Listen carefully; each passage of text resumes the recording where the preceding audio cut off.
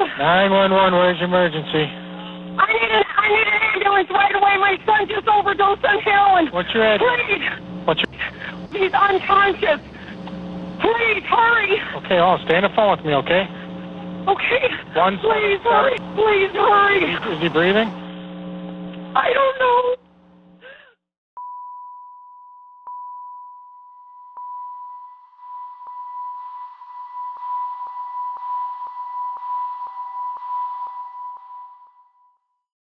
And I remember just thinking, like, holy crap, I'm really about to do heroin. Like, I never envisioned in a million years that I would do this. But when you have full-blown opiate withdrawal symptoms, you can't get comfortable. You want to jump out of your own skin.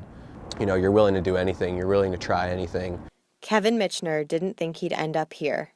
I was never really like a drug user when I was younger. You know, I would drink on the weekends in high school. Kevin was an athlete in high school. He was on the wrestling team. But then a shoulder injury took him out for the season and down a dark path. And the doctor gave me Percocets. Prescription ran out, so I started seeking it like out on the street. And then when I started getting detox symptoms, the money ran out and heroin was the cheaper alternative. Heroin followed Kevin like a shadow, in and out of rehab for the next 6 years. But Kevin is lucky. Opioid addiction has ended the lives of tens of thousands of people this year, many of them young adults. If you go into a wake with someone who passed away of a drug overdose, a 21-year-old, a 24-year-old, you hear all the things that aren't going to happen. Kevin Moran knows the families of the ones who aren't so lucky. He's a funeral director in Staten Island, one of the parts of New York City hardest hit by the opioid epidemic. A good number of the unfortunate drug overdose deaths that I've handled have been friends of my children that they went to grammar school or high school with. The country is in the midst of a crisis. It's where you see it and where you can't. In cities, suburbs, on the streets, in the medicine cabinet. And it's a problem that's been building for years. With an urgent warning from the Surgeon General. Deaths from heroin overdoses are on the rise. Opioid epidemic is the worst drug crisis in American history. In some parts of the United States, more people are now dying from heroin overdose than they are from car crashes. 64,000 people died from overdoses last year alone. And no one can deny it anymore. A national public health emergency under. But how did we get here? To a public crisis declared at the federal level. The blame all goes back to legal drugs. What we saw with prescription drugs, legal drugs, is the addiction problem did not develop until there was an oversupply of drugs out there. With drug addiction, it's an odd situation where supply fuels the addiction. And why now? Why this never-before-seen death toll? Well, fentanyl has made everything so much worse. Fentanyl, the game changer, the killer. 50 times as potent as heroin, and more addictive. I remember waking up from being unconscious and saying, that's it, I'm done with this. Toss all these needles in the trash can. That was terrifying, I almost died. And the next day, waking up in the morning and going through the trash and looking for those. And a frightening statistic. More than half of the opioids on the streets are pure fentanyl. The reason why they use is simply to try and feel better. There's no magic, it's simply to try and feel better. And if you've been using Dr. David Ockert treats patients addicted to opioids at his Manhattan clinic. He's seen it all, and he's watching the city's response to the epidemic. New York Governor Andrew Cuomo calls it a complex health emergency. And New York is on top of what's called harm reduction with needle exchange, testing drugs, and supplying Narcan, an opioid inhibitor that can bring an overdose victim back from near death. And that's the public health response to try and reduce the mortality rate with overdoses. Now looking at treatment.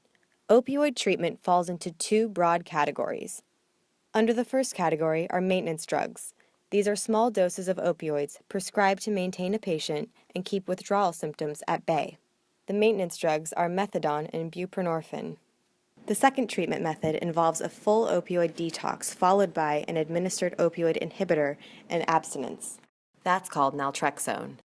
And so naltrexone, now we can give it in an injectable form at the conclusion of a detox procedure. And now for a month, you are protected from relapse. You can use, you can inject, you can snort, but nothing will enter your nervous system because the opiate receptors are blocked.